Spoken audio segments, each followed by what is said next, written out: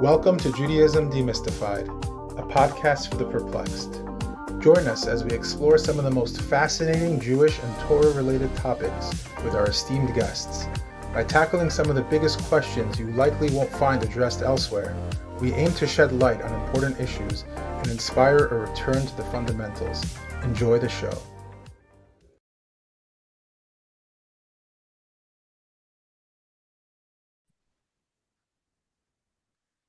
Thank you for joining the Judaism Demystified podcast. We are so honored to have Joshua Skarf on the show to discuss his book, ArchitecTorah. It's a very fascinating concept. We'd like to ask you to tell us a little bit about it. Can you share your background in architecture and what inspired you to write this unique and challenging book exploring the intersection of architecture and Torah? Sure. Well, first of all, thank you very much for having me on your show. It's nice to be here. The book, I should say, is arranged according to the Weekly Torah Portions. It's arranged by the Parsha. Let me. I think the best place to start in terms of explaining my background is with a story about when I was a student in college. I grew up in a suburb of Detroit, Southfield, and after spending 2 years in Yeshivat Har Zion, I went to University of Michigan to study architecture. My goal was to become an architect and make Aliyah. One semester, we had a class in architectural history, and for our term paper, we had to choose any. It was very open. Any post World War II topic that showed how architecture could be used for political reasons. And so, like most of my college work, I wanted to find a topic that had to do with either Israel or Judaism. And I decided that I would write about how the old city of Jerusalem was redeveloped after 1967. Now, from going on tours as a kid, I knew the Cardo and I knew the Chorva synagogue, and I wanted to find a third project. And I was poking around to try and find something. I found this amazing plan that had been commissioned by the government in the 1970s to design the Kotel Plaza. Now, I think a lot of people don't realize that the Kotel Plaza, the way it is right now, was never intended to be permanent. That's sort of just where the bulldozers stopped clearing the residential neighborhood that had been there before the war. And after they did that, they laid down flagstones, and they sort of intended that to be temporary. But and then early in the 1970s, they invited a number of internationally famous architects to come up with a permanent design for how the Kotel would look. One of the people they invited, the one who ended up winning, was a young Israeli architect who had just risen to international fame named Moshe Safdie.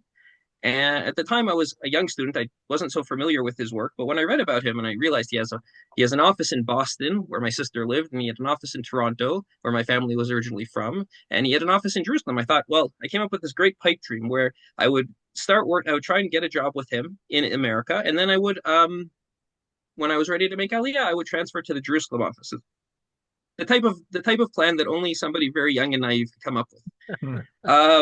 The next morning, I walked into the office of the dean of my program, and I said, I want you to help me get an internship this summer with Safdie. So after he laughed at me, he said, well, we have this program where during spring break, instead of going to the beach or whatever people do, we set up our students for a week-long internship in different offices. And in the past, we put people in Safdie's office. We could try and get you in there. And if they like you, maybe they'll hire you back for the summer. And that's pretty much what happened. They got me in. I worked there for a week. I ended up getting hired there during the summer. After the next year, I graduated from college. They hired me back again for another summer. I think because I was they were their shortstop on their softball team, and then at the end of the summer, I asked if I could transfer to the Jerusalem office. It wasn't the simplest process, but it ended up working out, and I made Aliyah, and I moved to Jerusalem. Um,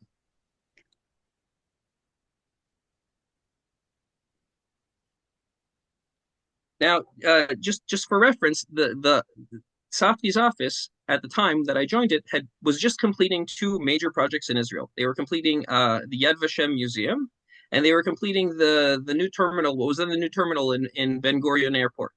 So it's a major office. It was a lot of a great place to start a career. I worked there for 5 years, but because of the differences between architectural education in the United States and in Israel, I had to like go back to school and complete a degree in Israel, which I did at Bezalel School of Design in Jerusalem.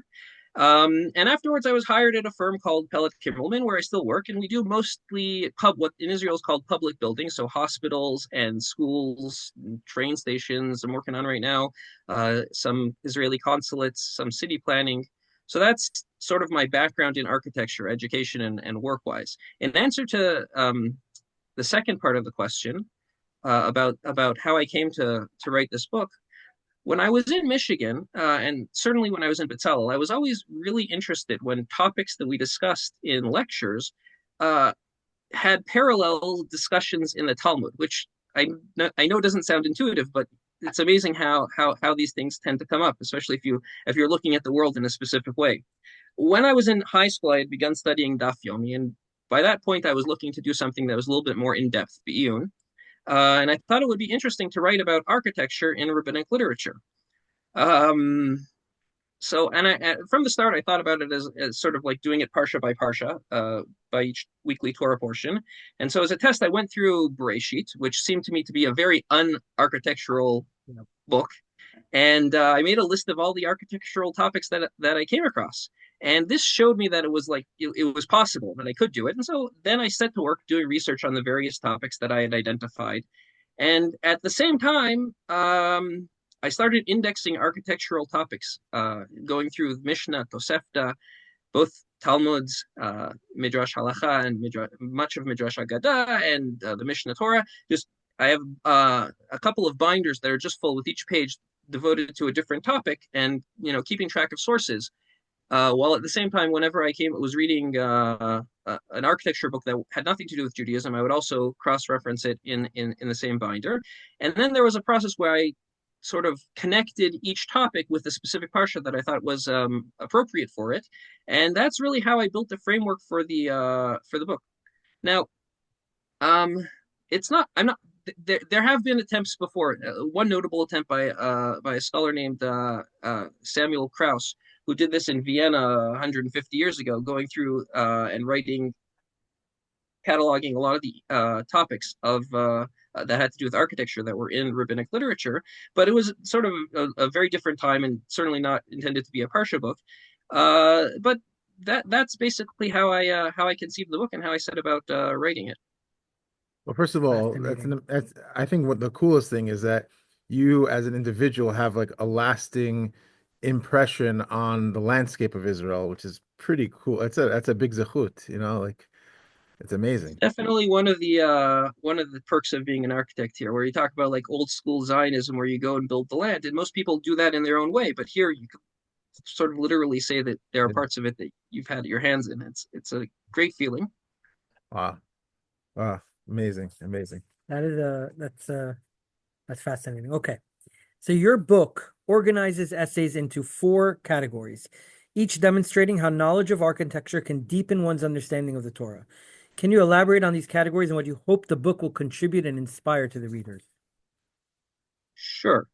Okay. Well, people I guess, are often surprised that there's enough material, architectural material in the Torah to fill a 600-page book. Mm-hmm. If you ask most people, and I've had this conversation with people, they say, "Well, after Noah's Ark and the Tower of Babel and the Tabernacle, what else is there?" And I think that that's mostly because people don't appreciate the full purview of an architect and what a vast array of topics go into architectural design. Um, and in addition, we basically live our lives surrounded by architecture, so obviously many of the stories that happen in the Torah are in a built setting, and so therefore they have a backdrop of architecture, and there are stories that hinge, excuse the pun, on doors or windows, or on the setup of a kitchen, or on food storage, if you're talking about Yosef, or on jails and thrones, access roads, building materials. I mean, the list is almost endless in terms of the stories. And so, if you are looking at those specific topics, it really opens it. You realize that architecture really plays an important role in many parts of the Torah. So, to make this point, I wrote in the introduction to my book that the topic the topics can be divided into four different categories. So you have like the basic idea of just architecture described in the Torah, which is I think what, like I said, most people would have in mind when you mention the topic. But then there's also Jewish law that involves architecture, so railings, guard railings to keep people safe, or privacy and windows. Uh, there's also more obscure topics that have to do with architectural theory that you could connect to the text, like building topology or ornamentation or architectural preservation. These are all topics that can get into it, and it's interesting because the Bible is such an influential foundation of Western civilization. You actually find a lot of architectural theorists writing and quoting text uh, verses from the Bible as part of their arguments. It comes up not rarely, and that's certainly always fun when that happens. And then the fourth category I would say has to do with archaeological discoveries that relate to both the architecture and the verses in the Torah, what scholars might call realia, and understanding certain architectural features that help you appreciate what's going on in the text, and how they existed at the time. I would say most people have no reason to consider the passages in the Torah from an architectural point of view. But so doing so opens up like a whole new way of thinking about the verses that you would otherwise not come across. And I felt that doing so could lead both to interesting insights in the Torah, and it could also have a secondary benefit of teaching people a bit about architecture along the way. My feeling is that my personal opinion is that our avodat Hashem, our service of God, is enhanced by our involvement in the world. Uh, and so any expertise that we might gain in our professional life or otherwise, we can use that as a tool to help understand the Torah. I love And that. this book was me putting that into practice, showing how the knowledge that I have in architecture can be brought to bear on the Torah in a fruitful way. Amazing. Yeah, that's really what it It's is. a very important point. Instruction for life. That's what it is. It's to enhance everything we do. So we love that. That's exactly why we want to have you on. Exactly. In your chapter, Shemot 3:2, you discuss the burning bush. How does your architectural perspective shed new light on this iconic moment in the Torah?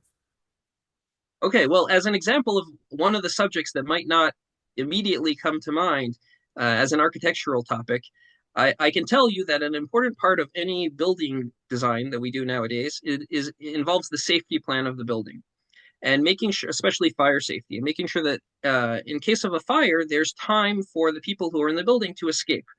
Uh, if a building catches fire, we want to make sure that the fire will be contained in one part of the building, and especially that it'll leave free the escape routes, which hallways and staircases, so that people will have enough time to flee. And so you figure out how many people are in the building, how much time it takes to evacuate them all, and then you have to make sure that the materials that surround those areas can hold up for that long. So we don't talk about materials as being fireproof. We talk about them as being fire rated, which means that the safety engineer will, for example, say this door needs to be able to stand up for 90 minutes before the fire will be able to eat its way through the leaf of the door and spread into the stairwell. This, by the way, for people who live in apartment buildings and see that people prop open the big heavy doors that are in the stairwell, well, you're negating the whole purpose of being able to make sure that is a contained unit where the fire won't spread and people will be able to escape through the stairwell.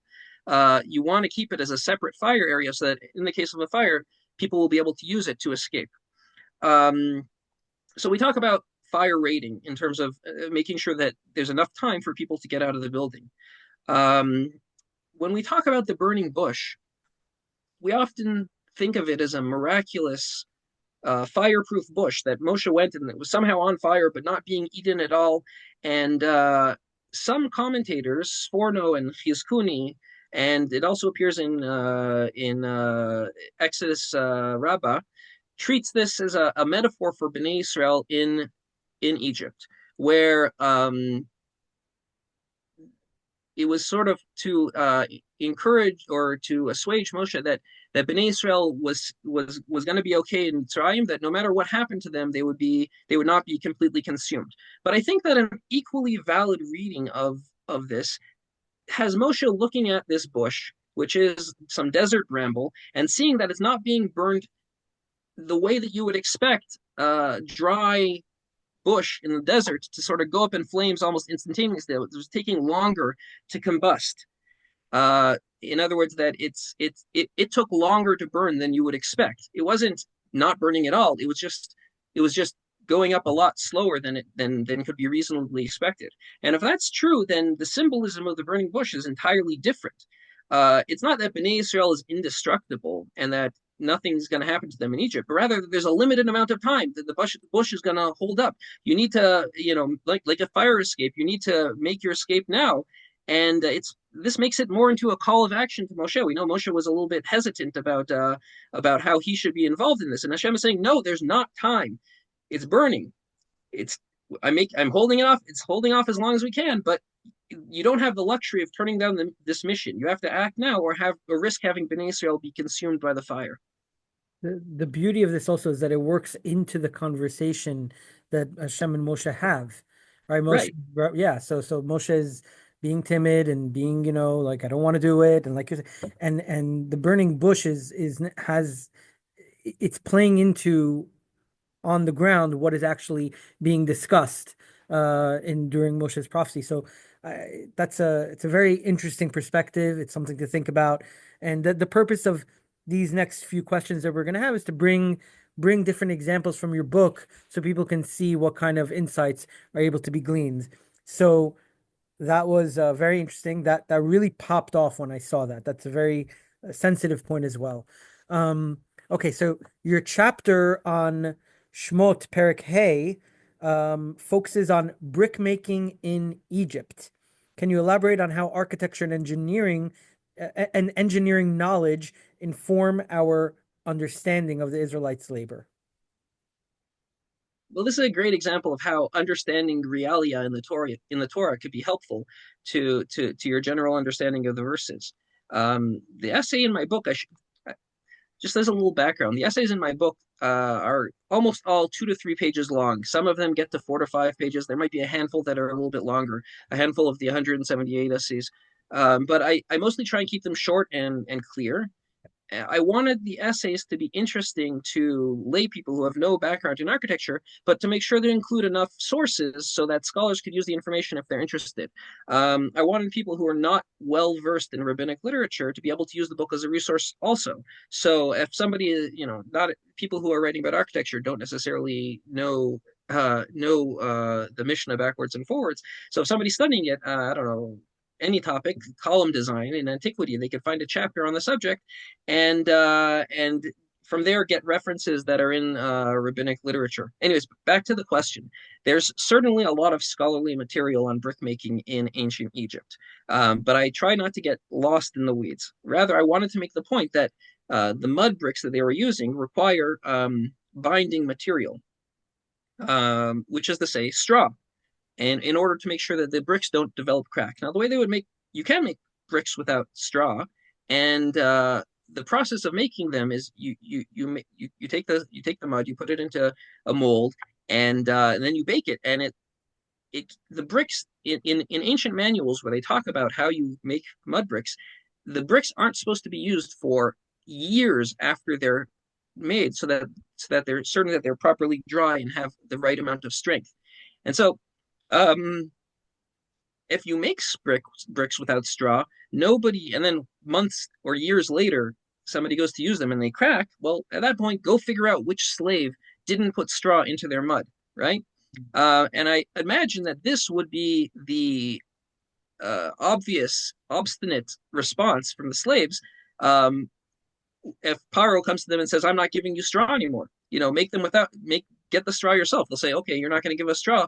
We'll make the bricks without straw. And then, and who's going to be the wiser? And that's the reason I think that Paro insists that the slaves continue to use what the word he uses is matkonet, of bricks, which commentators usually interpret that as meaning the same number of bricks that they had put out. There's beautiful midrashim about how they determined how many bricks Bnei Israel were capable of making. But I think that in the way that the word matkon in modern Hebrew means recipe, that it could very well mean that Paro was insisting that they continue to use the same recipe, the same ingredients in making the bricks, meaning like, I'm not giving you the straw, but you still have to continue to use straw in making the bricks. You can't just like, throw up your hands and say, okay, we'll just make them with mud, and then they won't be very useful to you. It's also interesting to note that in these manuals that talk about making straw, um, brick making was identified as a springtime activity. You didn't want to make bricks in the winter or all year round. It was specifically done in the spring, um, so that the conditions would be right for them to dry and get the strength that was necessary. We When we read the stories about Bnei Israel making bricks in Mitzrayim, uh, we sort of assume that this is their main activity that they were doing as slaves. But the truth is that it was probably a seasonal task, and it was one of, if you think about their activities, building these cities, it was probably just one of the many tasks that they had to do in Egypt. And in the springtime, they might be making bricks, and at other times they might be preparing other materials that were necessary for building Pitom and Ramses. But it might specifically be chosen as a springtime activity because the whole story of Mitzrayim is focused on springtime. And Rabbi Akiva in the Gemara talks about how the redemption in Mitzrayim took 12 months. So if this is the start of the redemption, then it's starting in spring, and by the time a year passes and they come back around, that's when Bnei Israel is freed from Mitzrayim. So understanding the ins and outs of brick making really brings an added level of understanding to what's going on in these stories. Really interesting. So regarding Shemot 10, you analyze wind patterns related to the splitting of the sea. This is really interesting. Yeah, this one is really interesting. So how does this approach combine architectural knowledge and Torah study? You're doing a great job at picking topics that illustrate my earlier point about the breadth of architectural topics and how so many different details go into good architectural design. So wind, okay. 10 years ago, my wife and I took a trip to Athens, and it's a great city to explore for somebody with my interests in ancient architecture. Among the many famous ancient buildings that are still standing there is this small octagonal structure called the Tower of the Winds. And the reason it's called that is because on each of the 8 sides of the building, it's decorated with a different depiction of a different wind. Now, in the ancient world, they talked about winds. They gave each of them they gave winds a name. And one of the reasons why this building is cool is because it's actually described by the Roman architectural writer Vitruvius, and which in his manual, which is the only surviving architectural manual from antiquity. And he talks about this building, and you could actually still go and see it today. Anyways, the ancients and the people today also have specific names for various winds that are prevalent from a specific direction. Homer talked about 4 different winds, and Aristotle talked about 8 different winds, and some mention up to 24, depending on east by northeast and how finely you want to divide it. And the rabbis in the Talmud also talk about different types of winds. They talk and their characteristics. They talk about the harsh, the beneficial north wind or the harsh south wind, and what those each wind does to or harbinges. So it's important to recognize that there is a typical wind pattern. If you live in a specific place, there are directions that the winds tend to blow from, and often those are recognized. I know, for example, I live in Jerusalem, and the wind in my neighborhood always comes from the west. And you could tell this because the western windows are the ones that get filthiest during the winter, so you have to wash them more often. But it's very helpful in terms of architecture because if you could take advantage of this to passively cool your building. If you design the way that you let wind in or how the building is oriented, then you could get a good breeze during the right times of year to cool off your building without using air conditioning, which is what people did for thousands of years until air conditioning was invented. And then sort of they kind of forgot that there was this much more economical and environmentally friendly way of cooling off your buildings to a certain degree.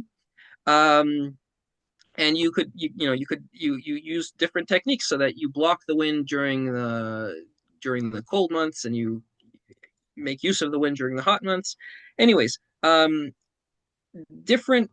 you would know the different winds that existed in your area and give names to them. So for example,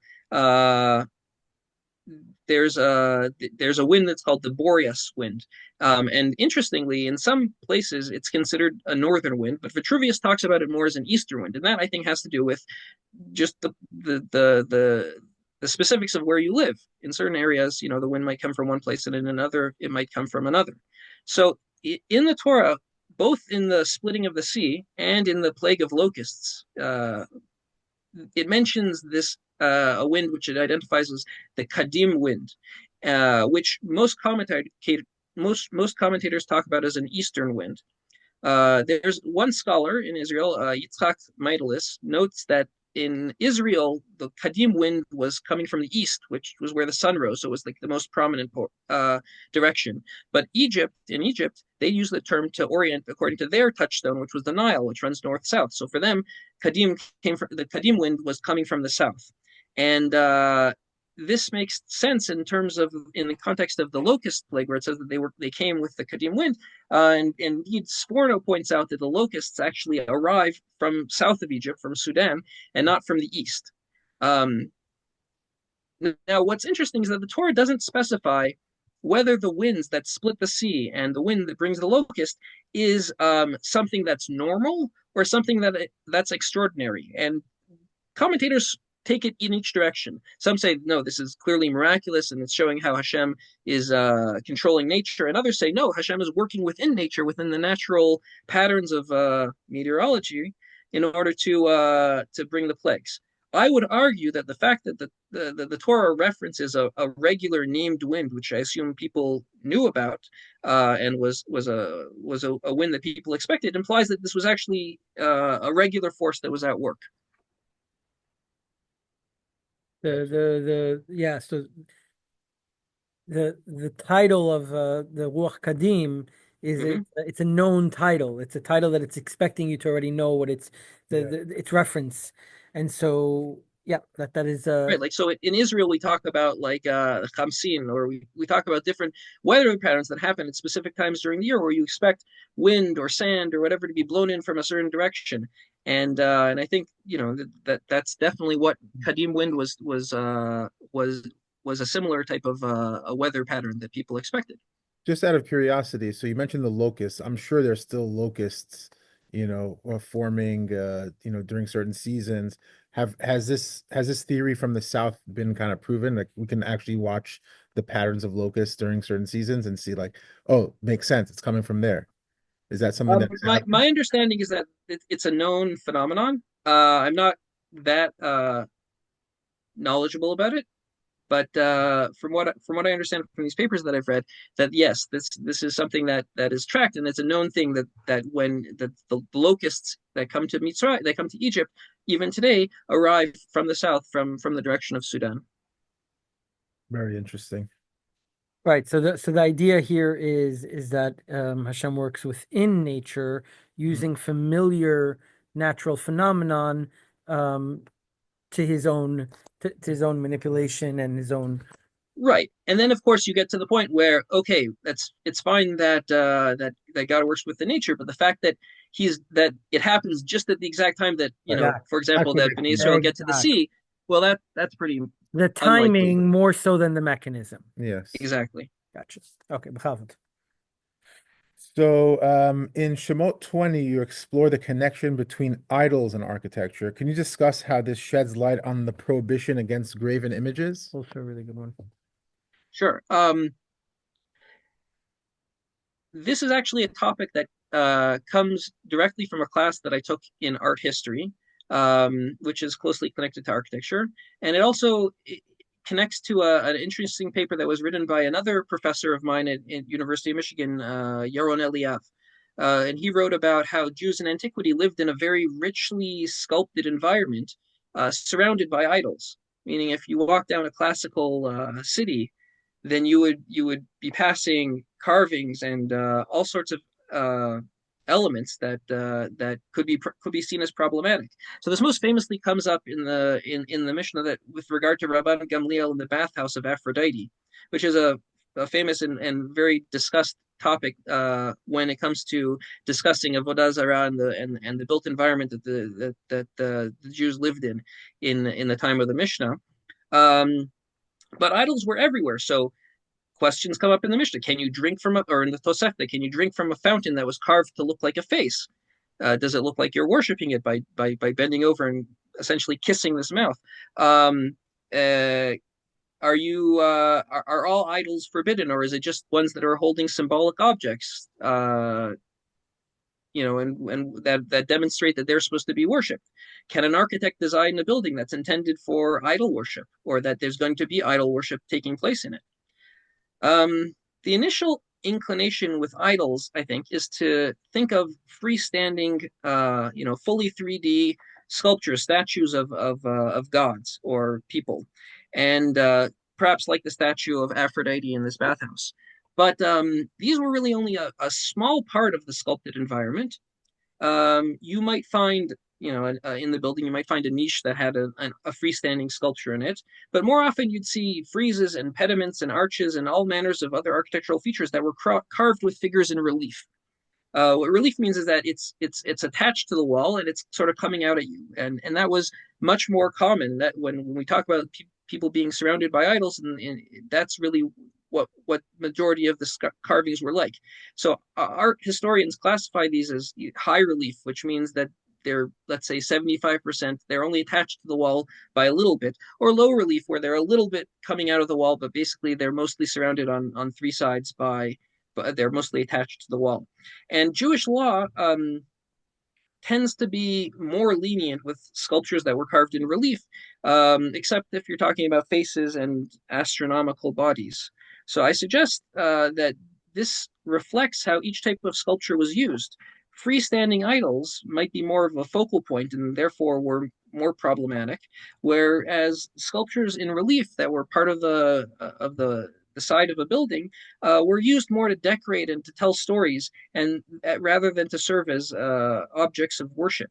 And the rabbis, in any case, had to navigate how they could go about living in a world that could be seen as very problematic, walking through this environment that had so many carvings, and at the same time, this was the world that they lived in, and they were able to go about their business without it without seeing it as too problematic. Very interesting. Yes. So, so the distinguishing between different types of sculptures, or those distinguishments allowed for certain leniencies, which would make sense, being that these things were all around, and you had to be able to give a realistic way forward for the people in the inhabited towns.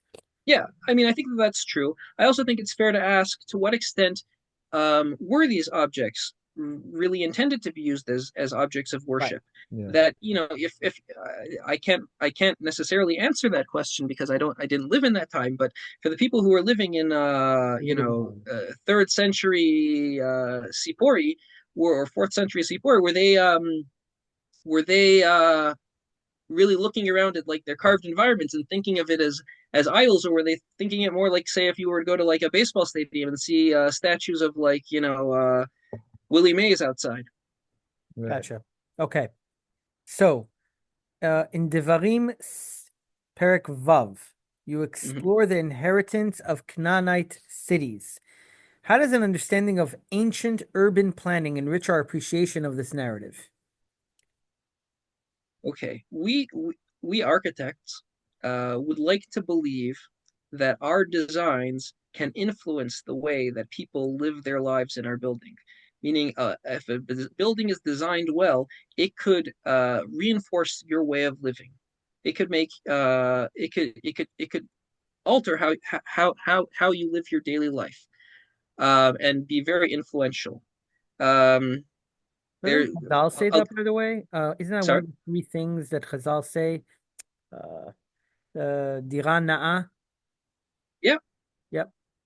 I mean, so there was a movement in the 80s and early 90s, where they talked a lot in America, where they talked a lot about the way that suburbs in America are designed, and how if you drive through your typical American suburb, you'll think, and you look at the houses, you'll say, ah, a car lives here.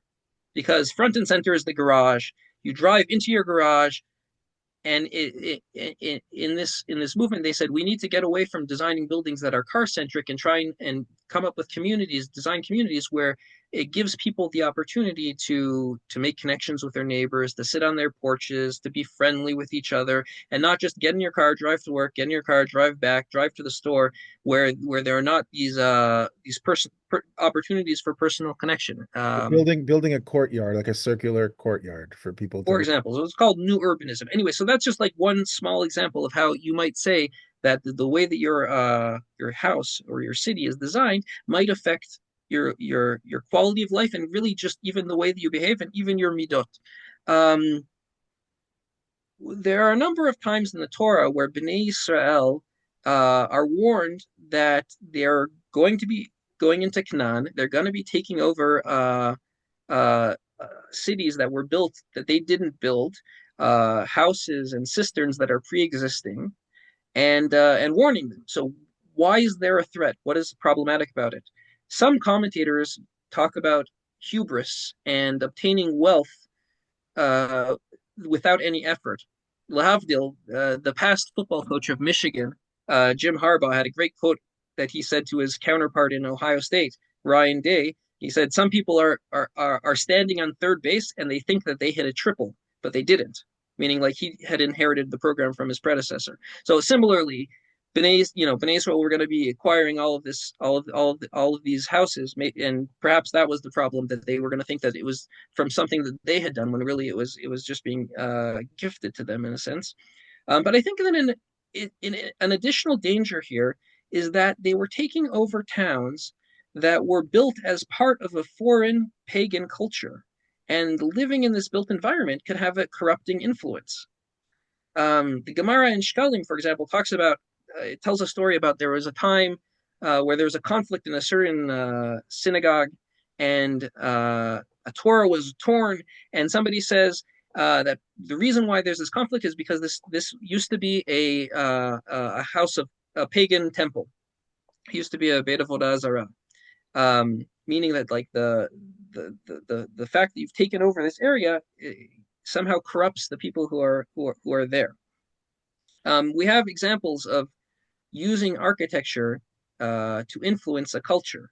So, for example, the Romans did this with their colonies. I think the Greeks did this with their colonies as well, with Alexandria, and building cities that showed off their culture to the natives, and got them to adopt a Roman way of life. So Tacitus talks about subverting the Britons into adopting Roman culture. And here's a quote. He says, "Little by little, the Britons were seduced into alluring vices, the lounge, the bath, the well-appointed dinner table, and the simple natives gave the name of culture to this fact of their slavery." Meaning they didn't even realize it, but they were, because the Romans were building cities in a certain way, it could not help but influence the existing culture. And I think this was a danger for the Israelites when they were entering Canaan, and it could equally be a danger to Jews in the diaspora. If you think about the way that synagogues evolved in some cultures, in some parts of the diaspora.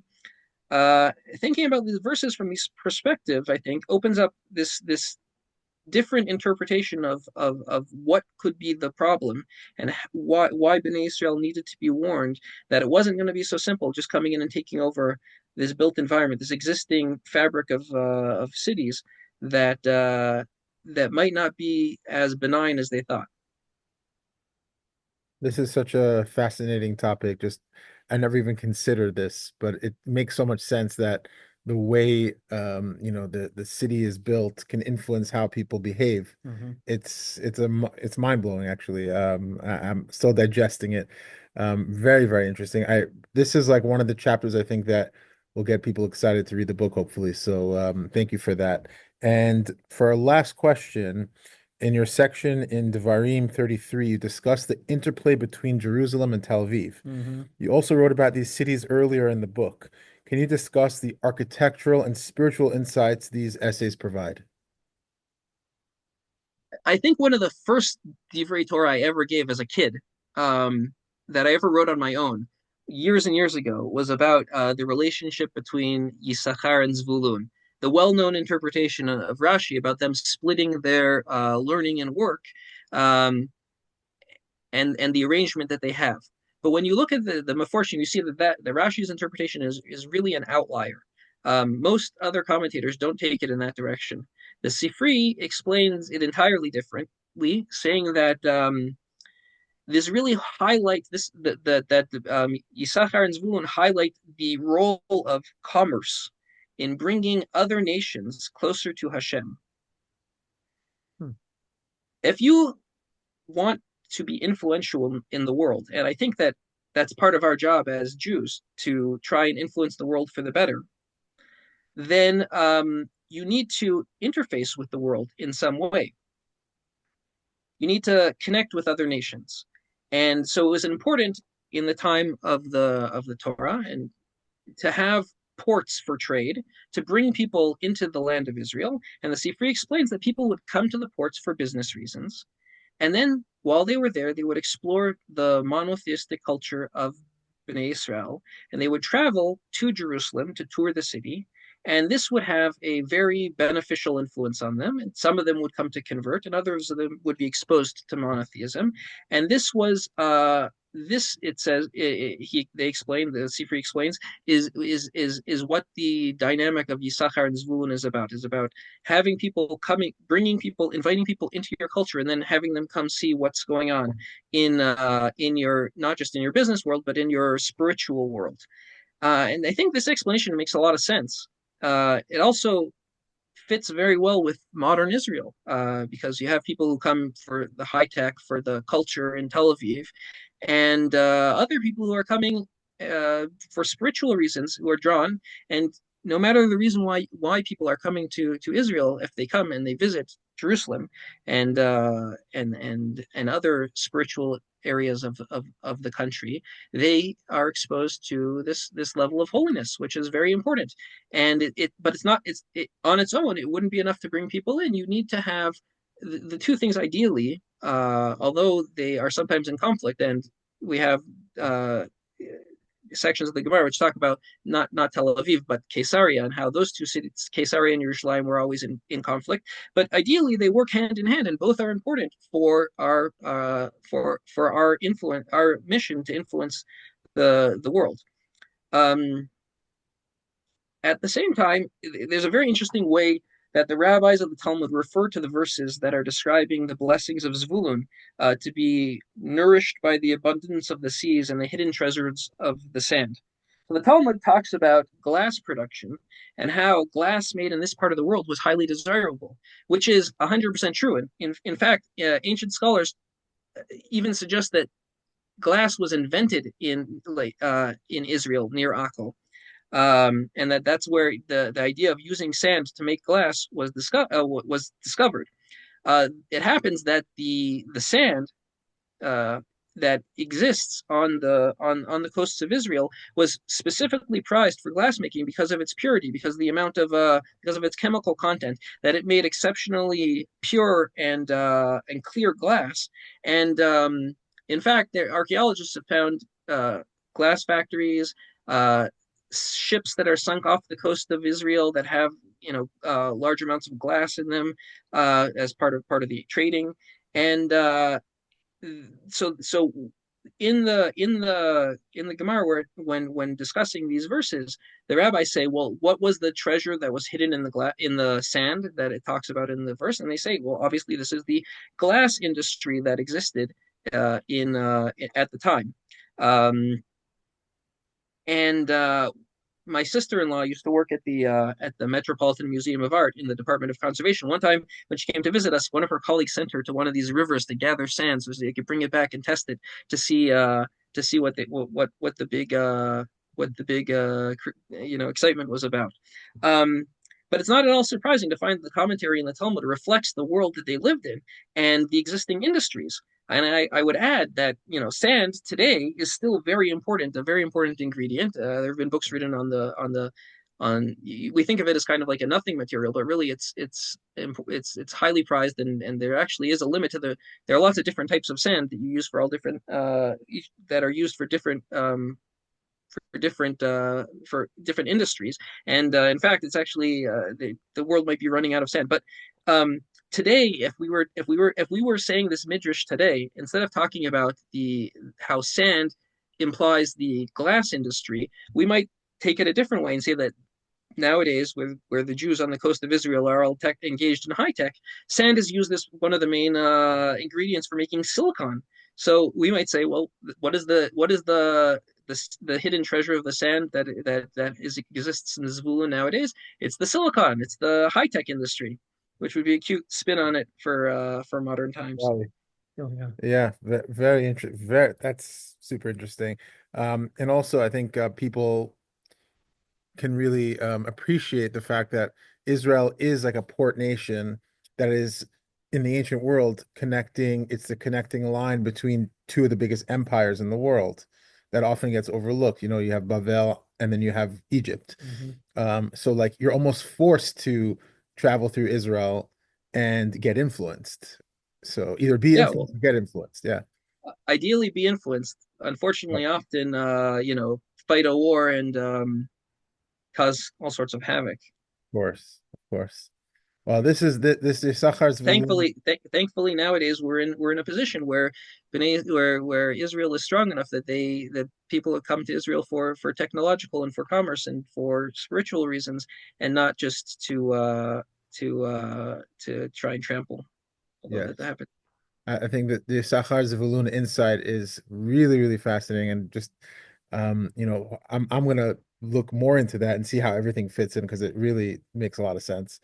We wanted to thank you for coming on. This was really an interesting podcast. Really, just your book is amazing, and Do you have any future projects coming up? Well, do you mean book projects or do you mean architectural projects? Uh, well, I'm probably asking about books, but feel free to share any project. So you know, I in terms of writing, I do enjoy writing scholarly articles for journals, and I've after spending 18 years working on this book, articles seem a little bit more manageable. Oh, you spent But 18 there are a years? few long-term projects that I have in mind, and I wrote a Hebrew English dictionary, architectural dictionary, which I give to people when they one Nefesh B'Nefesh sometimes connects architects who are making Aliyah, and they give them my number so that I could, talk to them about the field. And I think one of the most beneficial things that I could help them out with is just the lexicon of because there's no ulpan in the world that teaches you how to talk the language of an architect in Hebrew. It doesn't exist, so it's useful. But another project is maybe there are a number of ancient source books for Latin and Greek works that talk about architecture. And I think I've already done a lot of the work in terms of gathering the sources. So I've thought about maybe taking all of these, my notes from these binders and arranging the raw sources in a format that would give access to scholars who might not be familiar with rabbinic literature and do that. I'm also, working on some stuff, some other stuff about the Beit Hamikdash, and like I said, some articles that I have coming out soon in different journals. Listen, 18 years you said you worked on this book? Well, it's a question. So I have my roommate from college tells me that I was already talking about this book when we were in college. So that would be more than 18 years. But I definitely started working on it. I was working on it when I moved to Israel, which was in 2004. So and the book came out in 2000, I think, in 23, right? So it was a long-term project. But one of the things I think is that I always viewed it as a long-term project. I took my time doing it, took my time researching it. It was a lot of, covered a And lot of material, and when you read the went book, it's really, systematically. and when we read and when the book is read, you could tell that it's done very meticulously and with a lot of care. Meaning I'm just backing up what you're saying, and that I can see as I'm reading this that you're not just it's very, very, very well thought out. Thank you so much. Yeah. Oh, and we have to also share the Yes, that's the cover, the and cover of the book. we're It's a hopefully big book, 600 pages. And I should Um, mention that it's published by Urim Publications. or in publications. Um, And we're gonna add a link to the book in the description of the podcast so everyone could get it. Absolutely. And as a podcast, there's nothing, and personally, there's nothing more important than taking your passions and figuring out a way to grow from it and to serve Hashem with it. And you have basically spent your whole life doing that. And that is something very admirable. And I think that it is worthwhile for people to get the book. It's easy to read from the standpoint that it's not long-winded. It has a concise and to the point. The chapters flow very nicely. You could take 10-15 minutes on a Friday night, read through the two essays per parsha, and you come across things that are just valuable and interesting and insightful. And I really hope and suggest that people buy the book. And we really appreciate you coming on. Thank you so much for having me. This has been really lovely, and I'm thrilled to hear that you enjoyed the book. Really did.